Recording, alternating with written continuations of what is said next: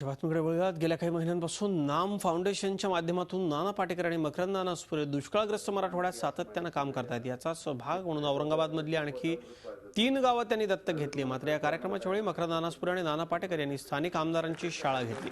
शिवाय सरकार पैसे देतं संडाससाठी 12,000 रुपये शौचालयाचे आहेत. आता आपले लोकप्रतिनिधी सुद्धा आहेत. सगळ्याचे 12,000 तुम्ही नाही दिले सरकारने, तुम्ही द्या. आता 4थी टर्म आहे भुमरे साहेबांची.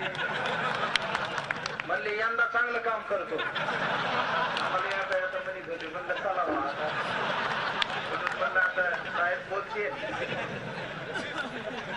साहेब त्यांच्याकडनं काय मागते ते आता इथंच कळलं त्यांना. त्याच्यामुळे गावची पुढारची बंद झाली पाहिजे, म्हणजे गाव आपोआप सुधारतं. त्याच्यामुळे सगळ्यांनी मिळून एकदा बसवा, ठरवा, सगळ्या कमिट्या करा.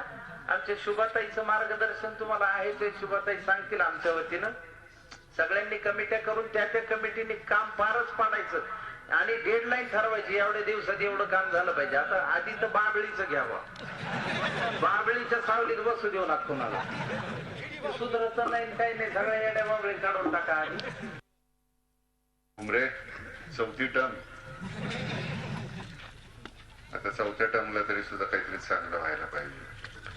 आता सगळ्यात गमतीचा भाग, माणसाने आपल्यावर रागावू नये. आबाळ रागावलं तर त्याला काय करणार आपण? देवाशी भांडू नाही शकत, तुमच्याशी आपण भांडू शकतो. ज्यावेळी तुम्हाला निवडून देतो आम्ही म्हटल्यानंतर तुमची जी जबाबदारी आहे ती तुम्हाला नाकारून चालणार नाही. आपल्या घरामध्ये थोडं दैन्य राहिलं चालेल, पण आमच्या ह्या आयाबायांच्या घरामध्ये दैन्य असता कामा नये आणि ती आपली जबाबदारी आहे, ते करायलाच पाहिजे. कारण तुम्हाला निवडून देण्याच्या मागचा उद्देश तेवढाच असतो.